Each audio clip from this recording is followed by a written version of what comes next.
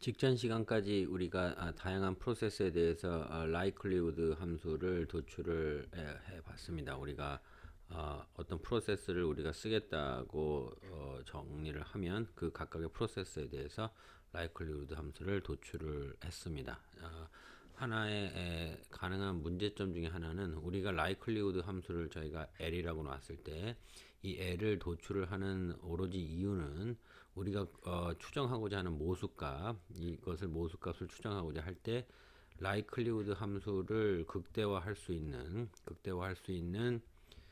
그러한 세타 값, 파라미터 값을 추정을 하고자 하는 것입니다. 그래서 그렇게 하기 위해서는 likelihood 함수를 구했고 그것에 대해서 미분을 해서 0으로 놓고 이것을 적절히 옵티마이즈 하면 되겠으나 많은 경우에 이 미분이 쉽지 않을 경우가 있겠습니다. 그럴 경우에 우리가 세타를 임의로 하나를 정해서 넣어보고 그 다음에 그것을 계속 바꿔가면서 likelihood의 값이 어떻게 변하는지를 쭉 추적을 해서 그게 어느 시점에서 최대치가 된다라고 하게 되면 그 값을 고르는 방식을 numerical optimization이라고 부르겠습니다.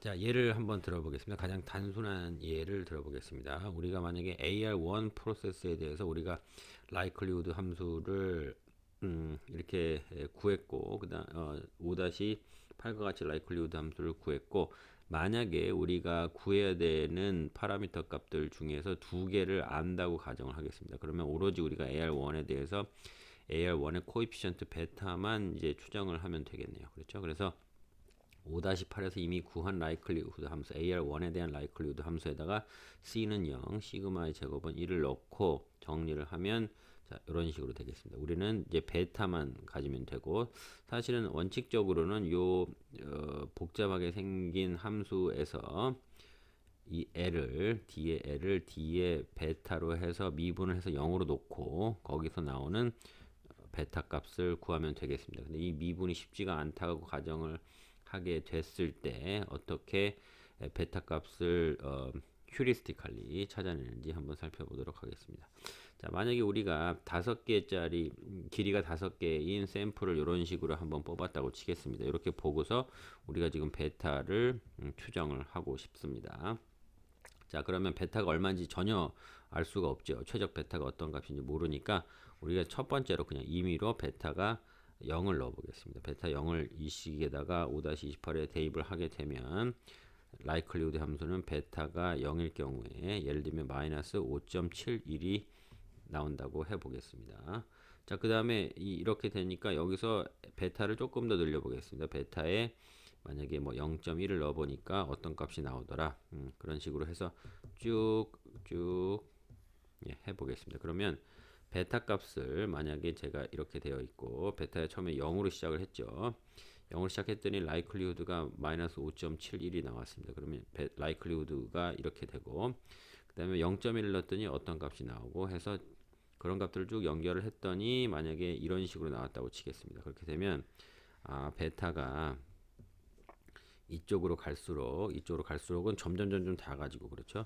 이쪽으로 갈수록 점점 커지는데 이때쯤에서 최대가 되고 그 다음에는 점점 작아지는구나를 경험에 의해서 알게 된다면 이 점에서 베타가 옵티마이즈 되겠구나 이렇게 알면 되겠습니다. 간단하죠. 그런데 이 방식은 제한이 많습니다. 왜냐하면 첫 번째로는 우리가 유니모달 쉐이프에서만 이게 작용을 한다는 겁니다. 무슨 얘기냐면 만약에 베타가 를 구하는데 우리가 가진 likelihood 함수가 이런 식으로 되어 있다고 쳐보겠습니다. 그러면 우리가 지금 현재 같은 방식에서는 0에서부터 시작해서 쭉 올라가서 지금 이 값을 골랐는데 여기 나오는 베타 값을 골랐는데 실제로는 이쪽은 저희가 가보질 않은 거죠. 이쪽도 좋은 값이 있는데 그렇죠. 이 베타 2의 가능성이 있는데 이것은 측정 안 한 거기 때문에 이렇게 생겼을 경우에 우리가 잘못된 베타를 추정할 수 있기 때문에 이런 경우에는 그리드 서치가 잘 작동을 안 하겠습니다. 그래서 유니모달 쉐이프 그러니까 이런 식으로 꼭지가 하나인 쉐이프의 likelihood 함수일 때 가장 잘 작용을 할 거고요. 또 하나의 문제는 지금 베타 하나만 우리는 추정을 하면 되니까 베타 값만 막 움직여 보면서 추정을 할 텐데 추정해야 되는 값이 여러 개면 이런 식으로 단순한 2차원적인 생각에서는 실행이 어렵겠죠. 그래서 추정을 해야 될 베타 값, 파라미터 값이 하나일 때만 유용하겠다. 그래서 이런 제약 조건이 있다는 것을 알아두고, 다만 이런 제약 조건이 있으니까 사용하기가 쉽지는 않겠습니다만은 뉴메리컬 옵티마이제이션이 어떻게 되는지를 아주 간단한, 가장 간단한 예시로서 이렇게 할 수 있다는 것을 일단 예로 들어보겠습니다. 두 번째로 스티피스트 어센트는 그리드 서치를 멀티 디멘션, 그러니까 차원이 높아지는 여러 개의 파라미터를 추정해야 될 때 쓸 수 있는 방법으로 소개를 하겠습니다. 자, 스티피스트 어센트 방식에서는 우리가 찾아야 될 파라미터 값이 여러 개라고 가정을 하겠습니다. 세타 1부터 해서 세타 n까지 n개의 파라미터 값을 찾아야 된다고 치겠습니다. 그러면 이것도 일단 방식은 똑같습니다. 이 각각의 n개에 대해서 우리의 이니셜 개수를 세타 제로라고 하겠습니다. 벡터로 만들어 보면 뭐 세타 1에 대해서 뭐 어떤가, 세타 2에 대해서는 어떤가, 이런 식으로 n개의 추론을 하겠죠. 첫 번째로. 그 다음에 우리는 어떻게 하냐면 이것을 이제 그 다음에 어떤 방식으로 우리의 추정치를 바꿀 겁니다. 세타 n이 알고 보니까 a라고 해야 되는데 a라고 했는데 a에다가 뭐 0.2를 더하고, 그 다음에 세타 2는 원래 우리가 b라고 이니셜 개수를 했는데 여기다 0.1을 더하고, 이런 식으로 우리의 세컨 개수를 만들어서 그걸 여러 번 하게 되면 몇 번이 돈 다음에 k번째에 더 이상은 우리가 바꿀 필요가 없겠다. 세타 1은 얼마야? 뭐 예를 들면 a라고 확정을 하고, 세타 2는 b라고 확정을 하고, 요게 이제 옵티마이즈 된 결과가 되겠죠. 자, 그래서 이제 이런 식으로 해서 세타의 내가 이니셜 게 세타 0부터 세타 1, 처음에 그냥 아무 숫자나 넣어서 출발을 해서 이제 이런 식으로 업데이트를 해야 될 겁니다. 자, 첫 번째로 구하는 것은 우리가 이 벡터에서, 그 다음에 두 번째로 이 벡터로 움직일 텐데 너무 급격하게 움직이지 않도록 하기 위해서 어떻게 할 거냐면 예를 들면 세타 제로라는 벡터에서 세타 1으로 갈 때 그 벡터를 너무 많이 움직이지 마라. 그래서 세타 1과 세타 제로 벡터 사이의 거리를 k로 일정하게 유지를 하고, k는 뭐 상당히 작은 수를 주면 되겠습니다. 무슨 얘기냐면 우리가 처음에 세타 제로에서 출발을 해서 그 다음에 그러면 이렇게 여러 가지 좌표들이 있겠죠. 세타 1, 세타 n 차원의 벡터에서, 그 다음에 우리가 이게 옵티마이즈 된 게 아닐 테니까 그 다음으로 해서 또 라이클리후드를 계산해 볼 텐데 세타 1에서 라이클리후드를 계산을 해 볼 겁니다. 그런데 여기서 여기로 갈 때 너무 과격하게 많이 가지 말고 요 거리가 1이 되도록, 예를 들면 뭐 1이나 아니면 더 작은 수, 뭐 0.1 이런 식으로 조금만 움직이라고 이제 제약 조건을 하나 걸어 놓는 거죠. 만약에 여기서 이런 경우가 가능하기 때문에 그렇습니다. 세타 제로에서 출발을 하는데 세타 1이 이만큼씩 떨어져서 막 서치를 하게 되면, 이런 식으로 서치를 하게 되면 너무 중구난방 임의의 랜덤한 서치가 되니까 우리가 원하는 서치는 어떤 식이냐면 세타 1이 여기라면 그 다음에 뭐 요 정도 갔다가 여기가 세타 1, 그 다음에 뭐 요 정도 갔다가 이런 식으로 촘촘하게 서치를 해보고자 하는 겁니다. 그래서 첫 번째 제약은 우리가 이니셜 개수를 세타 제로로 만들고 임의의 숫자들을 이렇게 집어넣었을 때, 두 번째로 우리가 업데이트를 해야 되는데 그것과 이니셜 개수와의 차이를 k만큼으로 일단 유지를 하고 싶다. k는 임의로 정하면 된다. 이게 첫 번째 제약 조건이 되겠습니다. 자, 그리고 우리가 이미 알고 있는 수학적인 기법 중에 이제 라그랑지안 방식이 있죠. 라그랑지안 방식은 어떤 식으로 할 수 있냐면, 내가 최적화하고 싶은 함수가 f가 있을 때, 그 다음에 어떤 제약 조건 g가 있을 때 거기를 이런 식으로 표시를 해서 이것을 라그랑지안 함수 j로 놓고 이것을 이제 최적화하는 방식으로 이제 라그랑지안 메서드를 쓸 수가 있는데, 우리는 항상 지금 라이클리후드 함수를 최대화하고 싶은 겁니다. 그런데 지금 내가 첫 번째 이니셜 개수를 세타 제로로 했을 때 이런 식으로 움직여 가겠죠. 세타 1으로 이제 우리의 추정치가 세타가 바뀔 텐데, 그 세타 1을 넣었을 때 라이클리후드 함수가 최대가 되기를 바랍니다. 단 우리가 처음 시작했던 이 이니셜 개수와 그 다음에 우리가 지금 새로 업데이트 하려고 하는 지금 뉴 개수 사이에 거리가 k 만큼 될 수 있도록 하는 제약 조건을 걸면 라그랑지안이 이렇게 세팅이 되겠죠. 그래서 이것을 극대화할 수 있는 이제 세타 원을 찾게 되는 것이고, 그렇게 되면 이제 미분을 하면 되겠습니다. 이 라그랑지안 함수를 세타 원에 대해서 미분을 하면 첫 번째로 이 앞에 있는 것을 세타로 미분하고 세타 원을 집어넣으면 되고, 그다음에 이것은 잘 보시면 세타 원에 대한 2차 함수니까 이 앞에 마이너스 나오고 제곱 2로 나오고 이렇게 돼서 이렇게 정리가 되겠습니다. 그래서 이것을 이제 0으로 놓게 되면은 우리가 옵티마이즈된 세타 원을 이제 구하게 되는 것이고, 자 이것을 그러면 이것을 정리를 하다 보면, 자 정리하면 likelihood 함수를 세타로 미분을 한 다음에 세타에다가 세타 원이란 값을 넣은 거 마이너스 2 라그랑지안 멀티플라이어, 그 다음에 세타 1에서 세타 제로를 뺀 것이 0이 돼야 된다고 우리가 세팅을 하니까, 지금 우리가 요거를 한번 알아볼게요. 그렇게 되면 세타 1과 세타 제로 사이에 이거는 우리가 이미 정한 거고, 이것은 우리가 지금 정할 것이고, 그렇게 되면 2분의 람다분의 1하고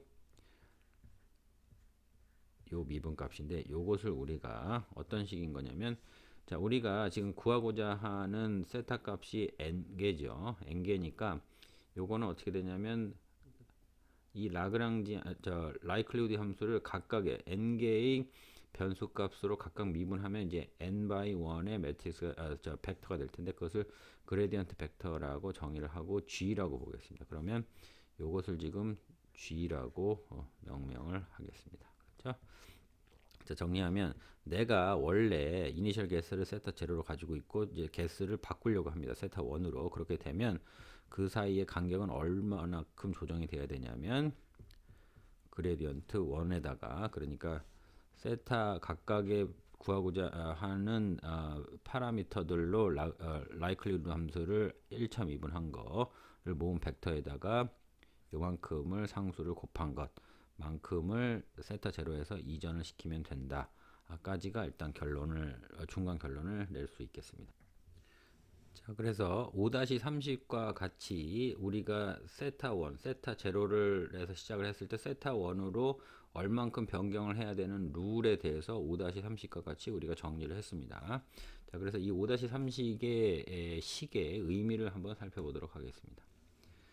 자, 첫 번째로 만약에 우리가 세타 제로에서 세타 1으로 갈 때, 만약에 여기가 세타 제로 벡터이고 세타 1 벡터로 갈 때 이것이 지금 k만큼만 가도록 허용을 했는데, k가 아주 작은 만큼만 우리가 허용을 한다고 하면 우리가 지금 이니셜 개수에서 그 다음 만큼 움직일 때만큼 차이를 이만큼을 두라고 우리가 지금 도출을 했는데, 세타 1이 처음에 했던 이니셜 개수에서 조금만 움직이면 세타 1이랑 세타 제로랑 비슷할 거고, 그렇게 되면 그레디언트를 세타 제로에서 잰 거랑 세타 1에서 잰 것도 비슷할 겁니다. 그렇죠? 그러니까 우리의 지금 업데이팅 룰은 이니셜 개수가 세타 제로이고 세타 1으로 옮길 거면 그 옮길 거를 얼마만큼 옮기라 그랬냐면 세타 1에서의 그레디언트만큼 값만큼 옮기라 그랬는데, 그것이 똑같진 않지만 세타 제로에서 그레디언트 값만큼 옮기는 것과 비슷하지 않겠느냐 라는 겁니다. 즉 뭐냐면 내가 세타 제로에서 세타 1으로 옮길 때 얼마만큼 옮기라고 우리가 지금 지시를 받았냐면 세타 1에서의 그레디언트만큼 옮기라고 지시를 받았는데, 그것을 하나 세타 제로에서 그레디언트 값만큼 옮기는 거랑 비슷하고, 그 다음에 이것은 구할 수가 있죠. 왜? 우리가 이니셜 개수 값은 지금 알고 있는 거니까. 이것은 알고 있는 값, 이것은 모르는 값입니다. 그렇죠? 그러니까 우리가 알고 있는 값을 대응을 해서 세타 1을 얼마만큼 갈 수 있는지를 알 수가 있겠습니다. 그렇죠?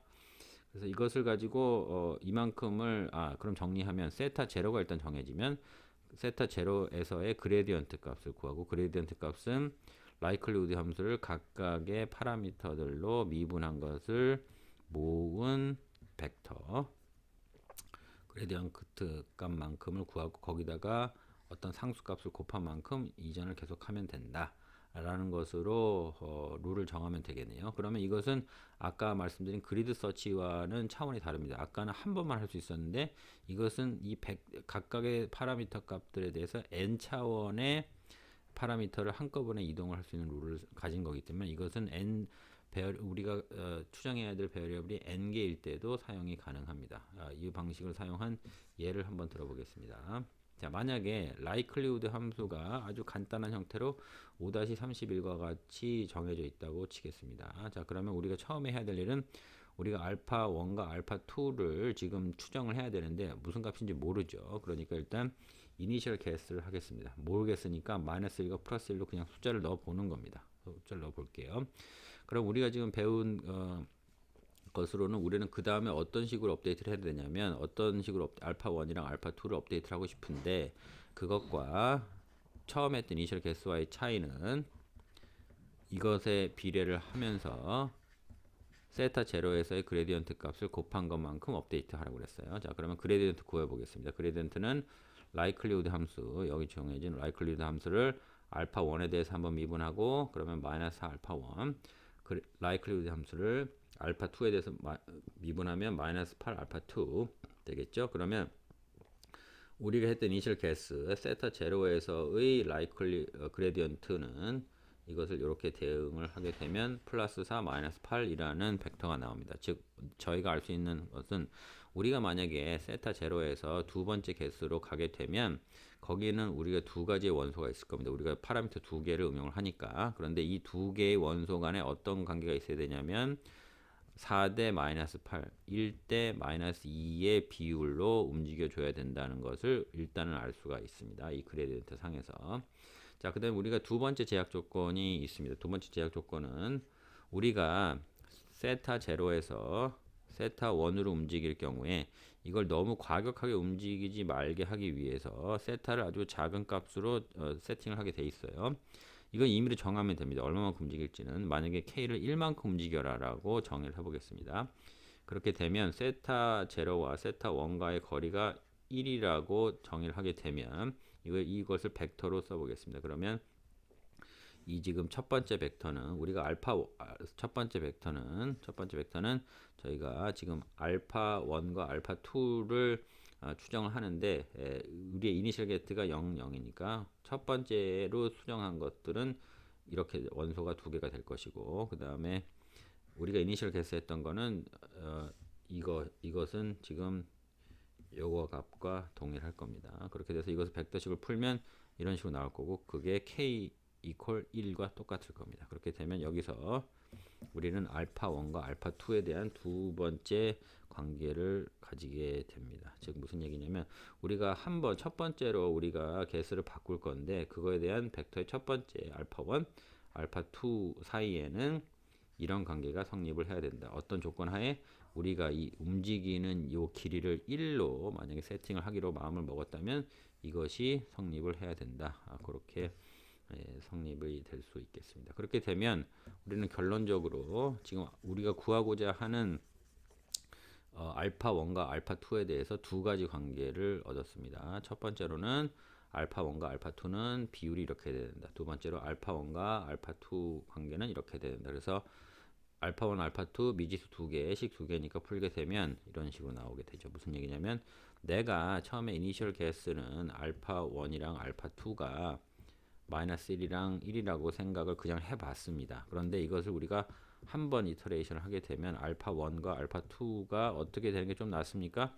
마이너스 3분의 1, 그 다음에 플러스 3분의 2가 되는 것이 더 라이클리후드를 증가시킨다 하게 되고 그 다음에는 요것을 다시 세타의 제로로 보고 그 다음에 또 세타 1으로 보고 라이클리후드 함수값 구하고 라이클리후드 함수값 구해서 얼마만큼 이동이 됐는지 해서 점점 증가가 되면은 계속 이런 식으로 업데이트를 하고 증가가 더 이상 안 되면 여기서 홀드를 하고 이걸 옵티멀이라고 보시면 되겠습니다. 자, 오늘 소개할 마지막 뉴메리컬 메소드는 뉴턴 랍선이라는 메소드이고 이것은 2차도 함수를 이용을 해야 되기 때문에 likelihood 함수가 우리가 정하는 likelihood 함수가 이것이 두 번 미분할 수 있어야 되고 첫 번째로 두 번 미분할 수 있어야 되고 그다음에 두 번째로는 이런 식으로 생겨야 된다고 일단 가정을 하고 시작하겠습니다. 네, 뉴턴 랍선 방식을 이용하기 위한 두 가지 전제 조건으로 second order derivative, 그러니까 어떤 likelihood 함수가 두 번 미분이 되는 것이 존재할 수 있다는 거 하나 하고, 두 번째로는 likelihood 함수가 이런 식으로 concave 하다는 거, 세타에 대해서 무슨 얘기냐면 이런 식으로 뒤집어져 있지 않다는 뜻이에요. 그래서 최대 값을 계산할 수 있다라는 전제하에 뉴턴 랩선 방식으로 세타를 처음에 이니셜 밸류를 주었다가 이것을 계속 업데이트하는 룰을 한번 살펴보도록 하겠습니다. 이렇게 알려져 있는데 뉴턴 랩선 방식이 기존에 우리가 배웠던 스티페스트 어센던트 방식에 비해서 세타 제로에서 세타 1으로 가고 해서 이런 식으로 이제 찾게 되는데, 이 찾는 속도가 뉴턴 랩선이 더 빠르다고 알려져 있습니다. 그래서 스티페스트 어센던트 방식에서 조금 더 개선된 방식 정도로 이해를 하시면 되겠습니다.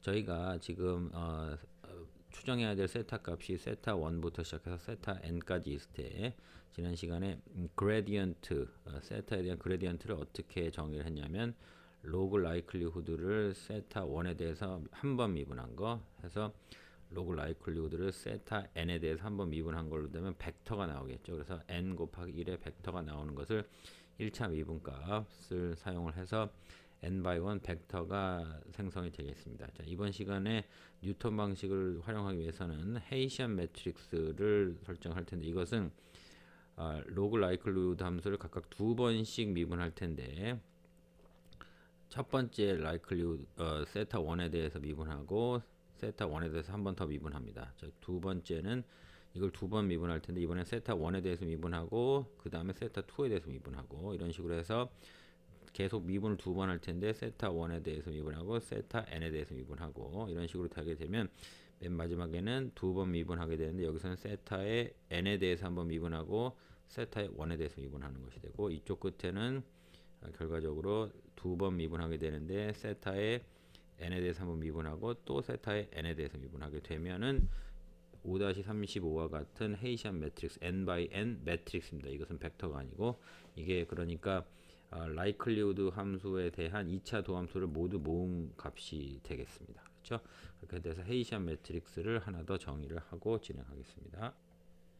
자, 이제 likelihood 함수가 주어지고, 이 likelihood 함수를 우리가 세타에 우리가 처음 이니셜 개수를 하는 세타 제로 근방에서 테일러 익스펜션을 한다고 가정을 해보겠습니다.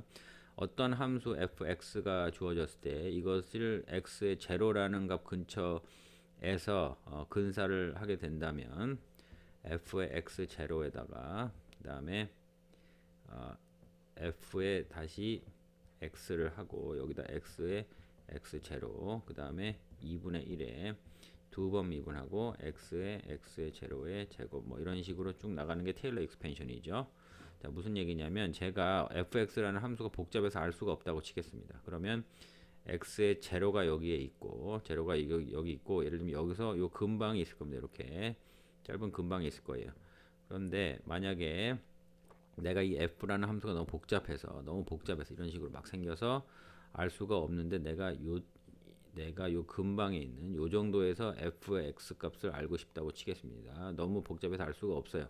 그러면 어떤 식으로 근사를 할 수가 있냐면 x0에서는 fx0 이 값을, 자, 여기서 이렇게 된 값이 만약에 1차로 된 거 그 값을 한번 주고 여기 있는 값을 주고 그 다음에 한 번 미분한 거에다가 주고, 그러니까 이런 식으로 되고 또 이런 식으로 되고 3차는 이런 식으로 되고 해서 이런 값들을 전부 다 합친 값이 요 x 근방에 있는 값이다 라는 것이 테일러 시리즈의 직관이라고 볼 수가 있겠습니다. 그래서 likelihood 함수가 만약에 복잡하게 세팅이 되어 있다면 그것을 세타 제로에서의 값을 대충 근사적으로 알게 하려면 어떻게 해야 되냐면 세타 제로에다가 제로 값을 likelihood를 일단 넣고, 다시 정리하면 likelihood 함수 값이 이렇게 정의가 되고, 자, 여기가 세타 제로라면 자, 요 근방에 있는 값들은 어떻게 해서 추정이 되냐면 일단은 세타 제로를 넣은 값, 그러니까 여기다 말하면 likelihood 함수가 뭐 이런 식으로 생겼다고 하면 세타 제로를 넣은 값을 여기다 더하고, 그렇죠? 그 다음에 세타 이 likelihood 함수를 1차로 미분한 값에다가 세타에서 세타 제로를 뺀 값, 그 다음에 두 번 미분한 값에다가 세타 세타 제로 뺀 값을 두 번 곱한 거 하고, 물론 뒤에도 더 있습니다. 그런데 제가 2차에서 일단 끊겠습니다. 그래서 제가 다시 말씀드리지만 여기는 완전히 같은 값이 아니라 근사라고 말씀을 드렸어요. 왜냐하면 여기 뒤에도 뭐가 있기 때문에. 자, 그래서 그 식을 조금 더 예쁘게 정리를 하면 요것은 그대로 나오고요. 자, 그 다음에 여기 있는 값이 likelihood 함수를 세타에 대해서 1차 미분한 값이니까 그레디언트 벡터죠. 자, 요건 어떻게 됩니까? 우리가 새로 정의를 했습니다. 요것은 헤이시안 매트릭스입니다. n by n. 그리고 뒤에는 없어요. 뒤에는 안 썼습니다. 자, 그렇게 되면 자, 우리는 지금 세타를 구해야 되는데 그 세타는 어떤 값입니까? likelihood 함수를 0으로 1차 미분값이 0으로 되는 함수 최대로 만들어야 되니까, 그렇게 되면 자, 요 함수를 이렇게 생긴 함수를 1차 미분을 한번 해 보겠습니다.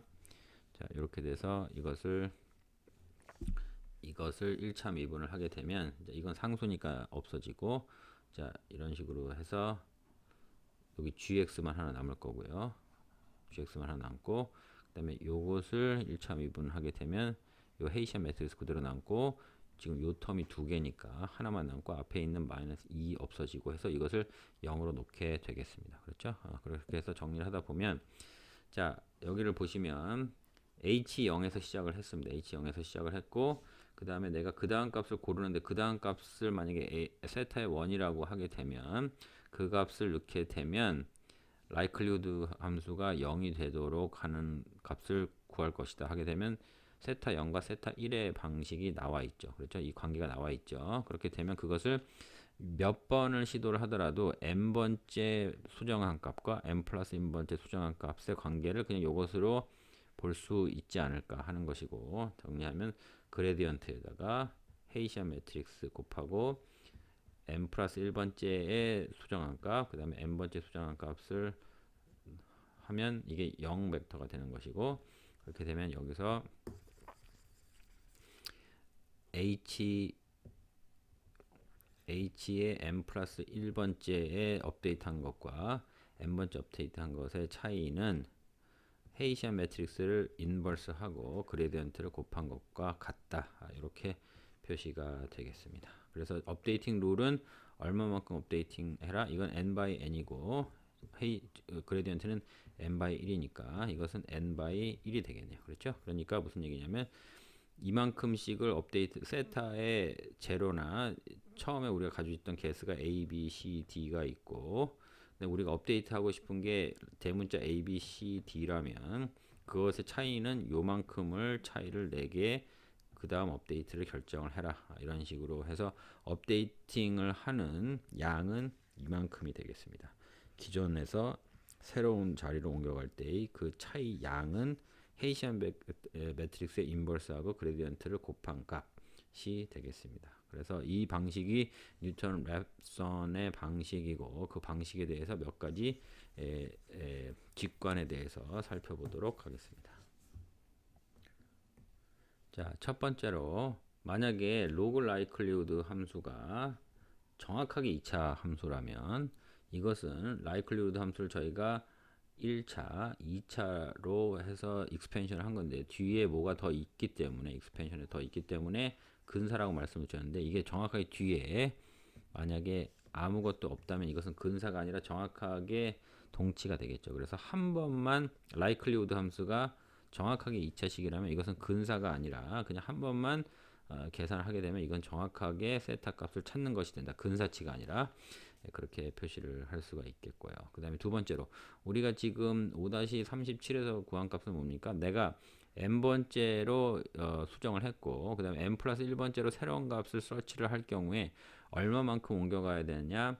헤이시안 매트릭스 인버스하고 그레디언트 벡터를 곱한 것만큼 옮겨가라라고 얘기를 했는데, 그만큼을 옮겨갈지 말지를 조금 더 자의적으로 계산을 더 할 수가 있습니다. 여기다가 상수 s 값을 넣고 이것을 움직이게 되면 우리가 원래 지금 지침 받은 걸로는 n번째 이터레이션에서 n 플러스 1번째 이터레이션으로 요만큼을 이동하라 그랬는데 이만큼을 다 이동시키기가 싫으면 s를 더 1보다 작은 값을 줘가지고 이 값을 작게 움직일 수도 있고 아니면 이것을 만약에 1보다 크게 되면 더 크게 움직일 수도 있습니다. 그건 무슨 얘기냐면 내가 세타의 m에서 그 다음 추정치로 세타의 m 플러스 1로 옮겨갈 텐데 이 방식이 s가 커질수록 더 많이 움직이게 되고 그 다음에 s가 작아질수록 더 조금만 움직여 보겠다는 뜻입니다. 그래서 s가 만약에 1보다 작을 경우에는 방식이 이런 식으로 조금씩 움직이는 방식이 될 것이고